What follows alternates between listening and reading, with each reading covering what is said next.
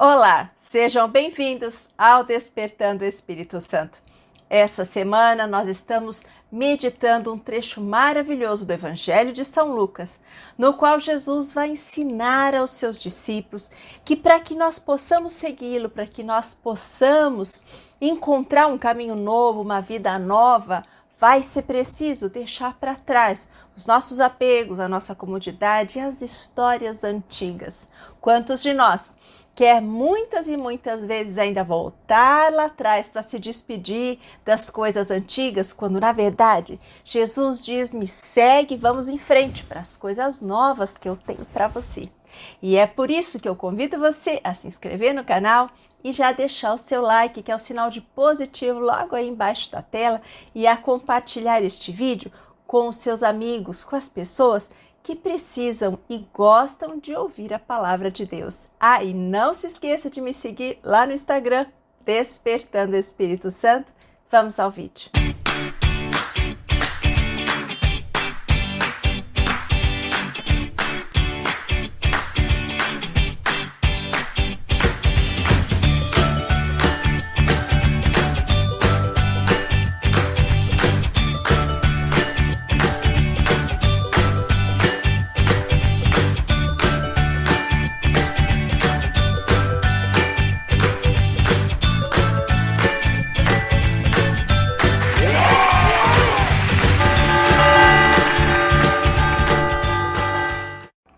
Nós vamos meditar juntos o trecho que está lá no Evangelho de São Lucas, no capítulo 9, dos versículos de 51 a 62, no qual a palavra vai nos dizer assim: aproximando-se o tempo em que Jesus devia ser arrebatado deste mundo, ele resolveu dirigir-se a Jerusalém.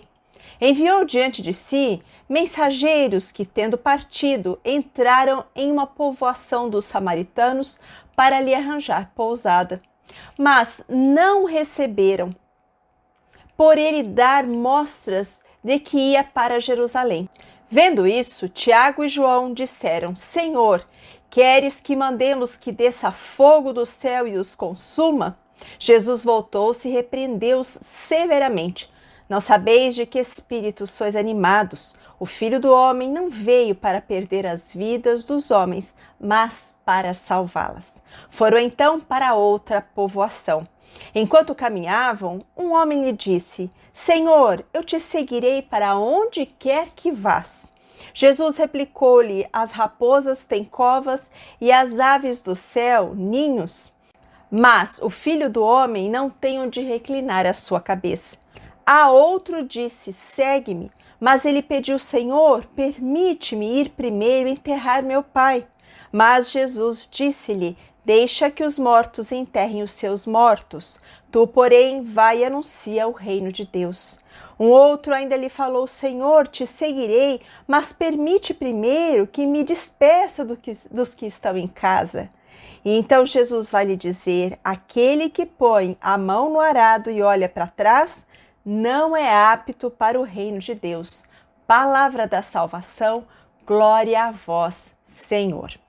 Nós podemos olhar já o título desta passagem. E dependendo aí da tradução da sua Bíblia, você vai ver que o título é discipulado. Discipulado é um conjunto de alunos de uma escola, um conjunto de discípulos que acompanham um mestre. Discipulado também pode significar aprendizado. Jesus está ensinando os seus discípulos. Ele os está formando enquanto ele ainda está com eles. Depois disso, você já sabe, o Espírito Santo haverá de lembrar aos discípulos sobre tudo que Jesus ensinou e ainda lhes ensinará coisas novas. Mas Jesus, já decidido a ir até Jerusalém, próximo do seu martírio, da sua crucificação, morte e ressurreição, Jesus decide mandar alguns discípulos à sua frente para preparar a sua hospedagem. Uma hospedagem que, no entanto, vai ser recusada pelos samaritanos. Ora, nós sabemos que samaritanos e judeus não se davam bem, porque os samaritanos não seguiam a religião dos judeus. Os samaritanos eram considerados um povo impuro. Quantas vezes os peregrinos eram assaltados ao passarem pela Samaria? Então, essa é uma região de uma certa tensão entre judeus e samaritanos. Jesus está oferecendo aos samaritanos a sua salvação, um último momento de encontro com ele. E, no entanto, esse encontro é recusado. Vejam que Jesus manda primeiro adiante os seus discípulos para preparar a hospedagem, para preparar o anúncio, a passagem, o encontro com Jesus. É assim também com a nossa vida. Jesus envia discípulos, homens e mulheres como eu e você. Nós vamos à frente, levando o que nós temos, mas Jesus haverá de nos encontrar, então o anúncio será feito por meio do seu Espírito, por meio da sua palavra, por meio da sua presença viva que ainda continua nos dias de hoje no meio de nós. Mas Jesus vai mandar 2 irmãos com um temperamento colérico, conhecidos, como é dito lá no livro de São Marcos, como os filhos do trovão. Este é o apelido que lá na passagem de São Marcos vai ser dado aos irmãos Tiago e João. E eles, na verdade, ficam muito bravos com essa recusa de hospedagem.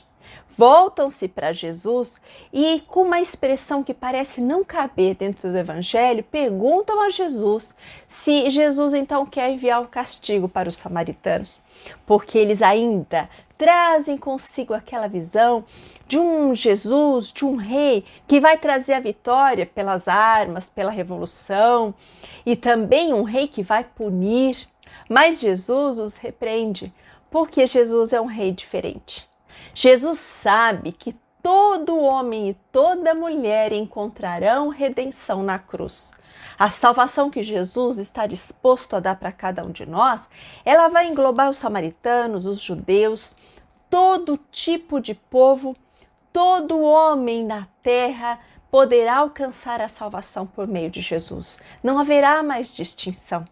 E é por isso que Jesus repreende severamente esses discípulos aborrecidos e de sangue quente, para dizer a eles que o reino de Jesus é um reino de paz, é um reino de misericórdia e cuja salvação é destinada a todos.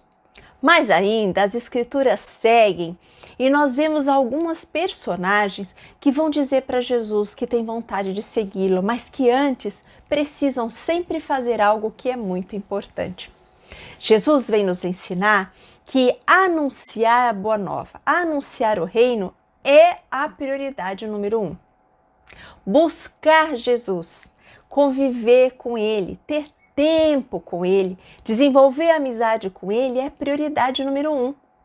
Ainda que as outras coisas sejam importantes. E é por isso que nós temos que priorizar o tempo que passamos com Jesus. É por isso que precisamos reservar um tempo do nosso dia para que nós possamos manter um relacionamento com Jesus, manter a amizade, conhecê-lo mais, deixar que ele penetre mais e mais em nós, deixar que o seu Santo Espírito penetre no nosso coração e nos cure, e nos liberte, e abra os nossos olhos, a nossa mentalidade, e nos dê aos poucos essa vida nova que Jesus veio para nos dar.